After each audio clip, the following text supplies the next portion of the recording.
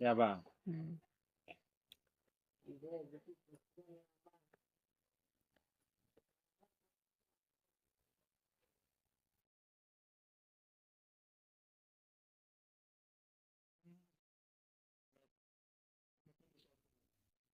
Thế. Chào phim mà tôi học chứ. Thế sao ô? Masagi thabo.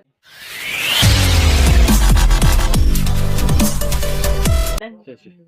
Ciao, ciao.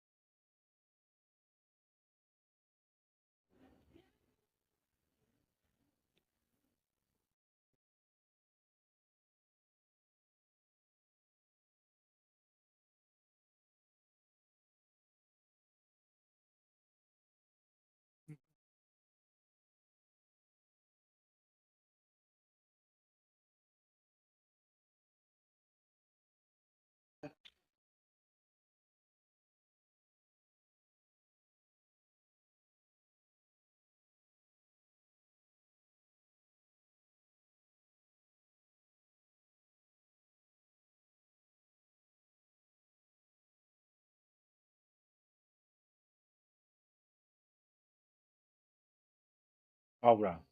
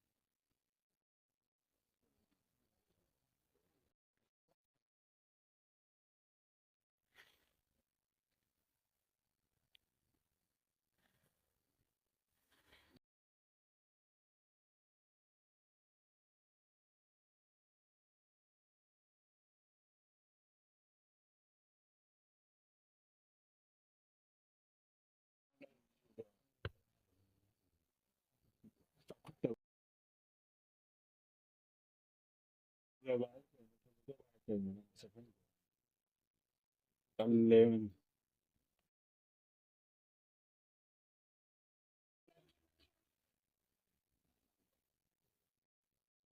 Kanya. Rin thùng ba. Ôi trời. Chào chào.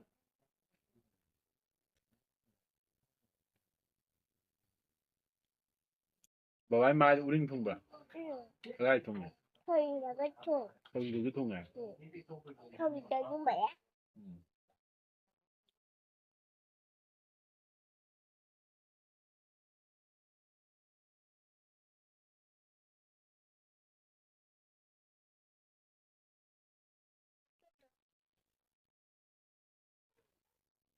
ಚೆನ್ನಾಗಿದೆ. 그러면 여자. 응. 아, 그래? Cháu có đồ. 응. Người nói cho mình ra hơn rồi.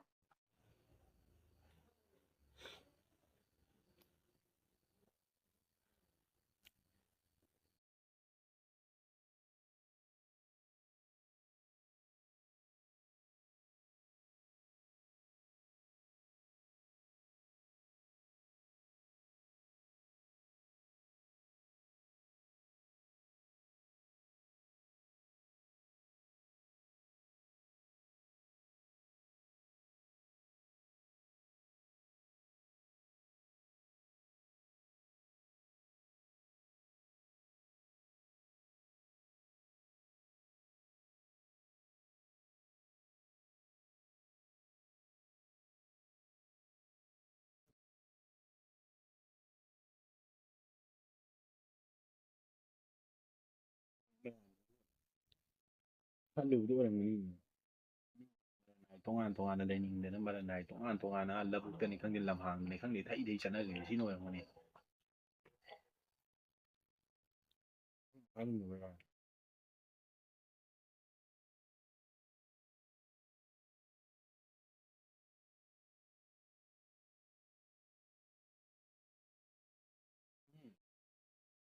No. Thế sao chưa? Nó đẹp. Nó đúng rồi. Hoài cũng ngon người vậy.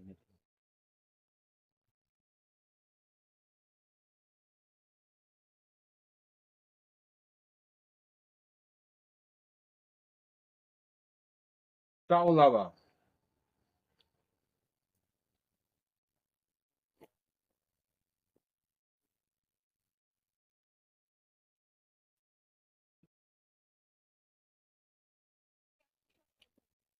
Ừ. Ừ.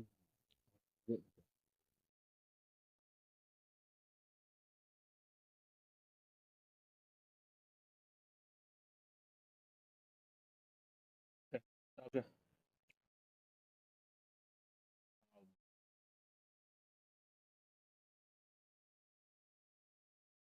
Một sai rồi.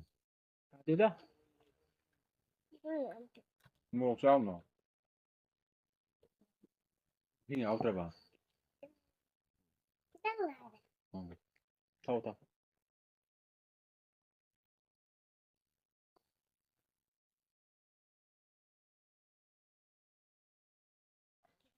Ừ. Tâm thầm là được.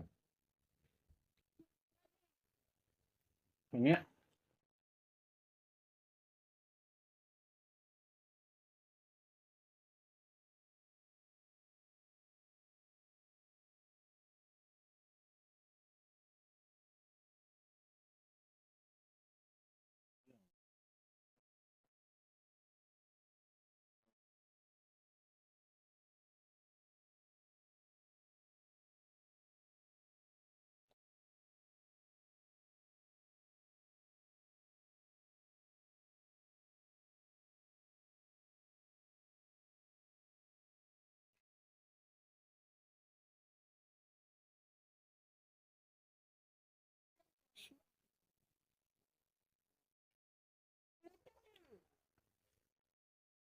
Quindi te la diete.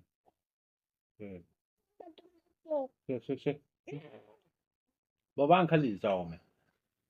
Anh là phí đi mà tầm nhìn. Mà tôi Anh có yare. Hadi sau em phí.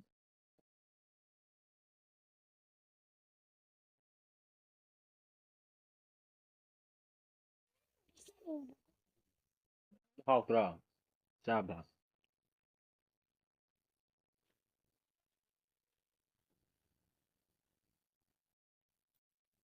không đi đi bọc cổ gì vậy?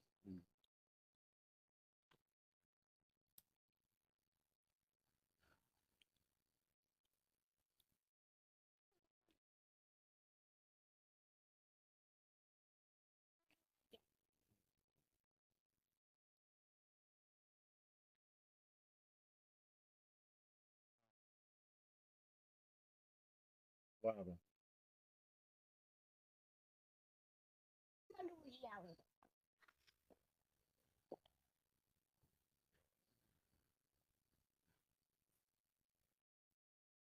Sì.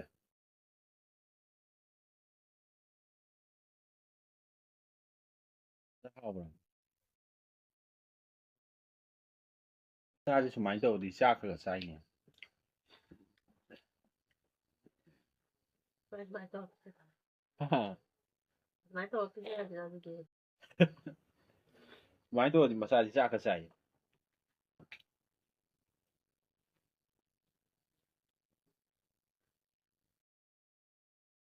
Altro. Mm. 是吗？欢迎各位。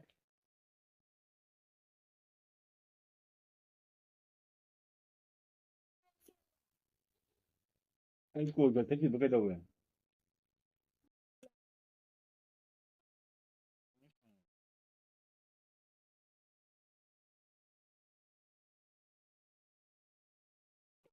Ừ.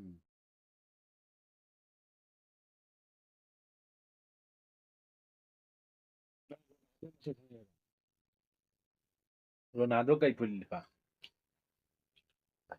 Ừ. Quạt ê. Google quạt cả. Ronaldo gì à? Vicini, Emiliano, ꯂꯥꯡꯒꯅꯣ ꯅꯪ ꯍꯥꯏꯒꯅꯨ ꯋꯥꯏꯠꯀ ꯀꯔꯤꯒ ꯕ꯭ꯂꯨꯒ ꯑꯗꯨꯒ ꯃꯦꯁꯤꯗꯤ ꯀꯩ ꯂꯤꯠꯄ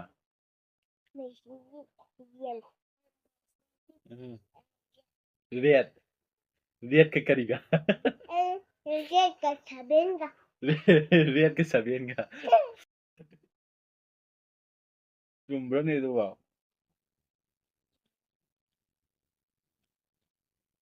ꯔꯦꯠꯀ ꯁꯚꯦꯟꯒ ꯌꯦꯛꯏꯗꯨꯗꯤ Ronaldo ꯅꯠꯇꯕ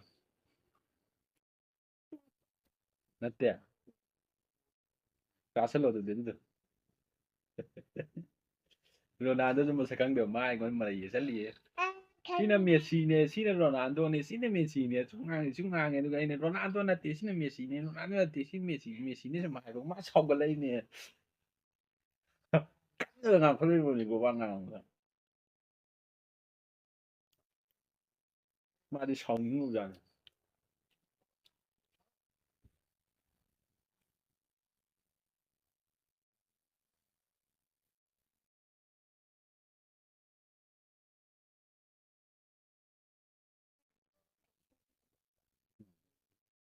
Ronaldo con Messi. Sao mà sao? Người thật là tốt nha.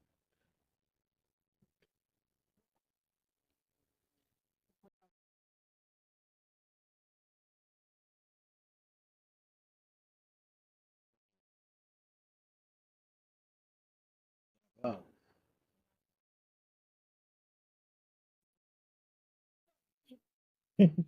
Video này.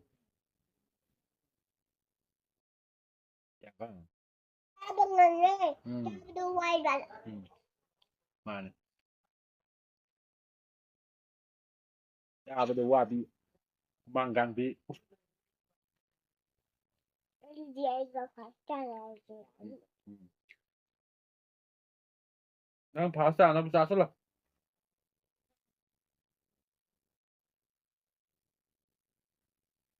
누가? 나 파스타 안 하면 안 싸설로세. 아유 싸도네세 파스타 안 로도레세. 파스타 비. 싸설로세. 나는 파스타야 하이든. 마사나 파스. 하이든엔. 싸톡. 마사나 파스. 마사나 파스. 저 파스 그 당글로 파스. 야, 저 살았어.